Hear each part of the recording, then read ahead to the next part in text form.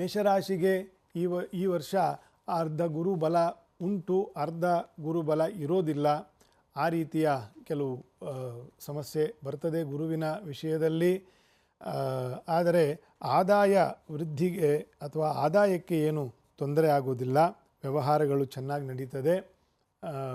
ಮೇಷರಾಶಿಯವರಿಗೆ ಶುಕ್ರನ ಯೋಗ ಚೆನ್ನಾಗಿದೆ, ಕುಜನ ಯೋಗವು ಚೆನ್ನಾಗಿದೆ. ಪಂಚಮದಲ್ಲಿ ರಾಶೀಶ್ವರನು ಪಂಚಮದಲ್ಲಿ ಇದ್ದಾಗ ಅಲ್ಲಿ ಕೇತುವು ಇರೋದರಿಂದ ಕುಜ ಕೇತುಗಳಿಗೆ ಮೇಷರಾಶಿಯವರಿಗೆ ಮಿತ್ರಕ್ಷೇತ್ರ ಆಗಿರೋದರಿಂದ ಸ್ವಭಾವ ಮೈತ್ರಿಯೂ ಇರೋದರಿಂದ ಬೇರೆ ಹೂಡಿಕೆಗಳು ಅಥವಾ ವ್ಯಾವಹಾರಿಕ ಸಂಬಂಧಗಳು ಅಂದರೆ ಒಂದು ವ್ಯವಹಾರಕ್ಕೂ ಒಳ್ಳೆಯದು ಮತ್ತು ಸಂಬಂಧಗಳಿಗೂ ಒಳ್ಳೆಯದು ಅಂತಕ್ಕಂಥದ್ದನ್ನು ಮೇಷರಾಶಿಯವರು ಕುಜ ಕೇತುಗಳ ಅನುಕೂಲದಿಂದ ಪಡೀತಾರೆ. ದುರ್ಗಾದೇವಿಯ ಆರಾಧನೆಯನ್ನು ಮಾಡಿ